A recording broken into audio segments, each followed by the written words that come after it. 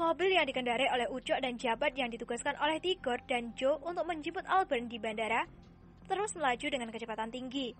Ucok, yang saat itu menjadi juru kemudi, tampak sangat lihai dan benar-benar menguasai daerah tersebut. Namun, secepat apapun kendaraan yang dia kemudikan, beberapa unit mobil yang membuntuti mereka tetap mampu mengejar. Bahkan, jumlahnya kini malah bertambah. Di belakang, tepat di dalam mobil Audi Q3 yang dikendarai oleh dua orang anak muda, Joe tampak beberapa kali menggeram menahan kemarahan. Sesekali dia melirik ke arah layar ponselnya, apakah panggilan grup masih berlangsung atau tidak. Setelah memastikan bahwa panggilan tersebut masih berlangsung, dia segera memberikan perintah. Paman Tigor, persiapkan orang-orang kita. Aku sudah tidak tahan, getah sekali rasanya.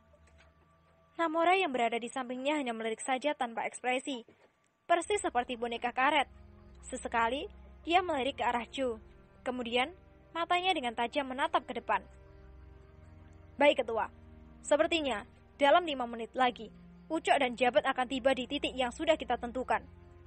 Perkebunan kelapa? Tanya Joe. Benar ketua. Baiklah. Paman Ucok, kurangi kecepatan. Perintah Joe. Siap ketua. Jawab Ucok. Lalu di depan sana, mobil yang dikendarai oleh Ucok, jabat, dan Albert memperlambat kecepatannya. Dengan tangan kirinya, Joe mengeluarkan kotak kayu kecil penuh ukiran. Sambil meraba-raba ke dalam peti kayu tersebut, kini di tangan kirinya tergenggam sebilah rencong Aceh, baik dari gagang dan sarungnya berwarna kekuningan. Mendadak, bola mata Joe berubah kemerahan dan sedikit berair, membuat Namora yang tidak pernah merasa takut dalam hidupnya terpaksa bergidik juga. Dia jelas tahu riwayat senjata itu dari ayahnya dan juga dari pamannya, yaitu Rio. Tepat ketika mereka mulai mendekati area perkebunan kelapa di Tanjung Karang menuju ke kota Kemuning, tiba-tiba saja Joe mempercepat laju kendaraannya dan menyalip beberapa mobil yang sejak tadi mengekori mobil yang dikendarai oleh Ucok. Ketika kedua mobil itu telah sejajar, Joe melambaikan tangannya membuat Ucok segera menepi dan berhenti total di bahu jalan. Hal ini membuat para penguntit berpikir bahwa mobil Audi Q3 itu adalah bagian dari mereka. Tapi, apa sial, ketika mereka turun dan hendak mengepung mobil yang dikendarai oleh Ucok, jabat dan Albert yang sudah berhenti tadi, tiba-tiba mobil Audi Q3 itu maju beberapa belas meter ke depan, kemudian berbalik arah, lalu merembuh pintu kendaraan mereka yang baru terbuka. Akibatnya, beberapa orang terjepit oleh pintu mobil yang baru saja terbuka tadi. Brum, brum, tit. Suara rem diinjak dengan paksa. Lalu, prak, bum. Beberapa kaki tampak kelonjotan dengan tubuh mereka sudah terjepit oleh pintu mobil.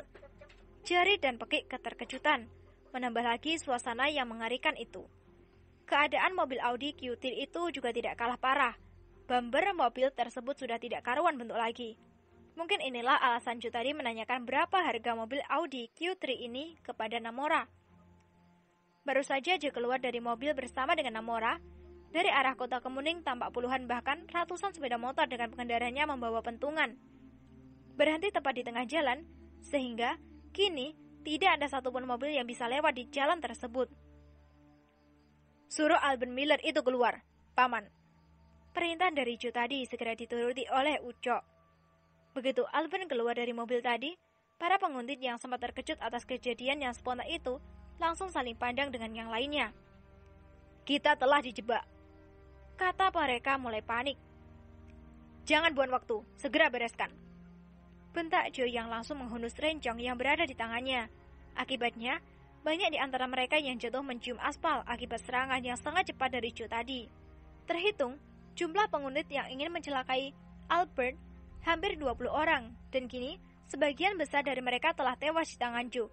Sisanya, persis seperti tilam yang dijemur, dipukuli dengan rotan oleh puluhan orang-orang yang tadi dengan sepeda motor. Saat ini, Joe tampak sedang mengayunkan rencong yang berada di tangannya. Dia bermaksud untuk menikam seorang lelaki setengah baya yang sepertinya adalah ketua dari para penguntit tadi. Tapi, belum lagi senjata itu mengenai sasaran.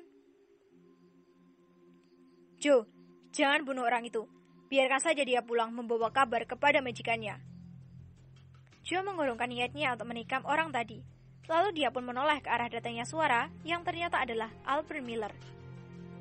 Ide yang bagus, kata Joe sambil tersenyum jahat. Kemarikan kedua tanganmu, pinta Joe. Ampuni saya tuan, kata lelaki itu ketakutan.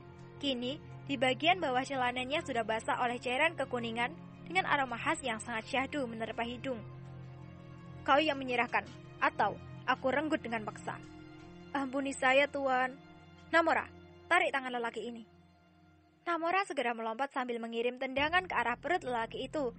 Setelah lelaki tadi terbungkuk akibat tendangan dari Namora, dia pun segera menarik tangan lelaki itu dan mengarahkannya kepada Joe. Katakan kepada tuanmu, jadilah tamu yang baik. Ini rumah orang. Kalau masuk, berikan salam. Krush, krush, wah.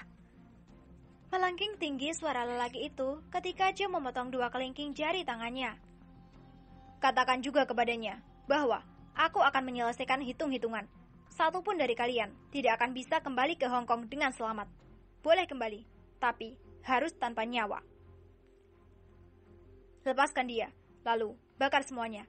Pastikan bahwa semuanya terlihat seperti kecelakaan beruntun. Baik Ucok, Jabat, Sugeng, Thomas, Ameng, Acong, Albert, serta yang lainnya hanya bisa geleng-geleng kepala melihat Joe yang dengan santai memotong jari kelingking orang tadi. Sama sekali dia tidak memiliki ekspresi, lebih dingin daripada Namora. Setelah kepergian Joe dan Namora yang diikuti oleh pentolan yang lainnya, kini anak-anak Dragon Empire cabang kota Kemuning mulai melakukan pembersihan. Gerak cepat pun tampak terlihat ketika mereka dengan cekatan mengangkat mayat-mayat orang-orang Surwan Honor dan memasukkannya kembali ke dalam mobil. Setelah semua mayat-mayat tadi dimasukkan ke dalam mobil, mereka beramai-ramai mulai mengangkat mobil tersebut hingga ada yang melintang, terbalik, miring, dan lain sebagainya. Tak berapa lama, api pun menyala, membakar kendaraan tadi, seiring dengan perginya mereka. Setelah beberapa menit mereka meninggalkan tempat pembantaian itu, barulah dari arah kota Tanjung Karang, berdatangan beberapa mobil polisi dan mobil pemadam kebakaran. Kerja-kerja investigasi pun langsung dilakukan oleh pihak kepolisian Tanjung Karang. Tapi, dengan keadaan terbakar seperti itu, sangat sulit untuk menemukan bukti. Hingga sampai saat ini, pihak kepolisian hanya bisa merumuskan kejadian itu sebagai kecelakaan beruntun.